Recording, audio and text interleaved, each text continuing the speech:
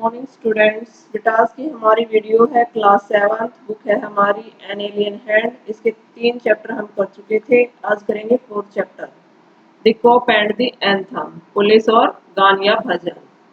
देखो, Soapy is a homeless jobless man.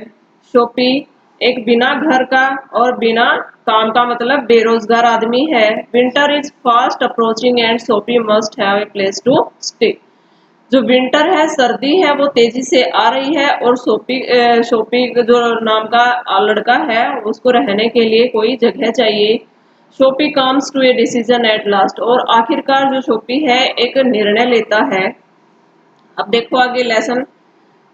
Shopee moved restlessly on his seat in Madison Square. जो सोपी है वो एक सीट पे बैठा है और बेचैनी से उस सीट से हिलता है। There are certain signs to show that winter is coming, और कुछ जो चिन्ह है, निश्चित चिन्ह है, वो दिखाई दिए कि सर्दी है वो आ रही है। Birds begin to fly south, जो पक्षी हैं वो साउथ की ओर उड़ना शुरू हो गए हैं। People want new warm coats, जो लोग हैं वो गर्म कपड़े कोट वो पहनना चाहते हैं। एंड सोपी moves restlessly on his seat in the park. जो पार्क में सीट पर जगह पर बैठा है सोपी, वो वहां बेचैनी से हिलता है। When you see these signs, जब तुम ये चिन्ह देखोगे, you know that winter is near, तो तुम जान जाओगे कि जो सर्दी है वो नजदीक है।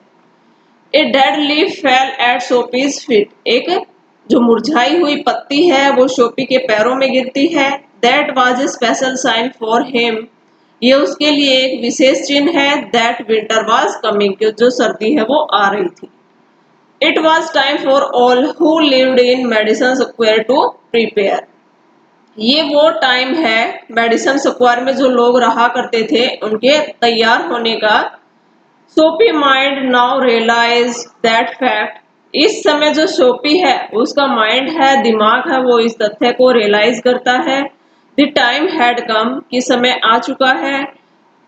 He had to find some way to take care of himself during the cold weather, कि अपने लिए जो इस कोल्ड वेदर में ठंड के मौसम में अपनी सुरक्षा के लिए देखभाल करने का जो रास्ता है वो ढूंढना था। And therefore he moved restlessly on his seat, और वो अपनी सीट से फिर से बेचैनी से हिलता है। Soapy's hope for the winter were not very high, जो सोपी की होप्स थी, आशाएं थी, वो इस विंटर सीजन के लिए बहुत ऊंची नहीं थी। ही was not thinking of selling away on A ship, और वो शिप में जहाज में सवार होकर कहीं दूर जाने के बारे में भी नहीं सोच रहा था। He was not thinking of southern skies और of the bay of Naples, और वो गर्म स्थानों के बारे में भी नहीं सोच रहा था और न ही नेपाल की खाड़ी के बारे में।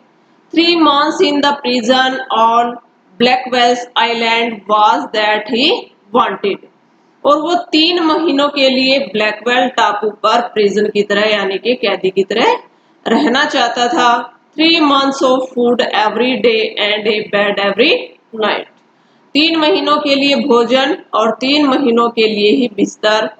3 months safe from the cold north wind and safe from copes, और 3 महीनों के लिए जो नॉर्थ विंड है, उत्तरी पवन है, उससे सुरक्षा चाहता था, और कोप्स पुलिस उससे सुरक्षा। This is what Shopee wanted most in the world, बस इस वर्ल्ड में, इस संसार में शोपी है वो यही चाहता था।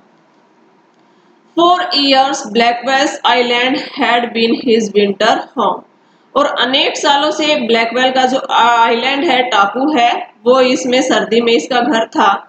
Richer New Yorkers made their plans to go to Florida, जो न्यूयॉर्क के रिचर थे, धनी थे, वो फ्लोरिडा की ओर प्लान कर रहे थे। To the shore of the Mediterranean Sea each winter, और वो प्रत्येक सर्दी में भूमध्य सागर के तट पर जाने की प्लान बनाते थे, योजना बनाते थे। Soapy made his small plans for going to the island, और सोपी ने भी इस आइलैंड पर जाने के अपने छोटे छोटे प्लान है वो बनाए। एंड नाउ और अब द टाइम हैड कम, जो समय है वो आ गया था। 3 big newspapers, some under his coat and some over his legs. 3 बड़े अखबार थे, कुछ उसके कोट के नीचे और कुछ उसकी पैरों पर। And had not kept him warm during the night in the park, और ये काफी नहीं थे कि उस पार्क में उसको सर्दी से बचा सके, यानी कि उसको गर्म रख सके। आगे है बेटा, सोपी was thinking of the island, इसलिए जो सोपी है वो आइलैंड के बारे में सोच रहा था। There were places in the city where he could go and ask for food and a bed, और इस सिटी में, इस शहर में कुछ ऐसी जगह भी थी, ऐसे स्थान भी थे जहां पर जाकर वो भोजन की और बिस्तर की मांग कर सकता था। These would be given to him, जो उसे दी जाएंगी। He could move from one building to another, वो एक इमारत से दूसरी इमारत में जा सकता था। And he would be taken care of through the winter, और इस विंटर से वो अपनी सुरक्षा है और रक्षा वो कर सकता था।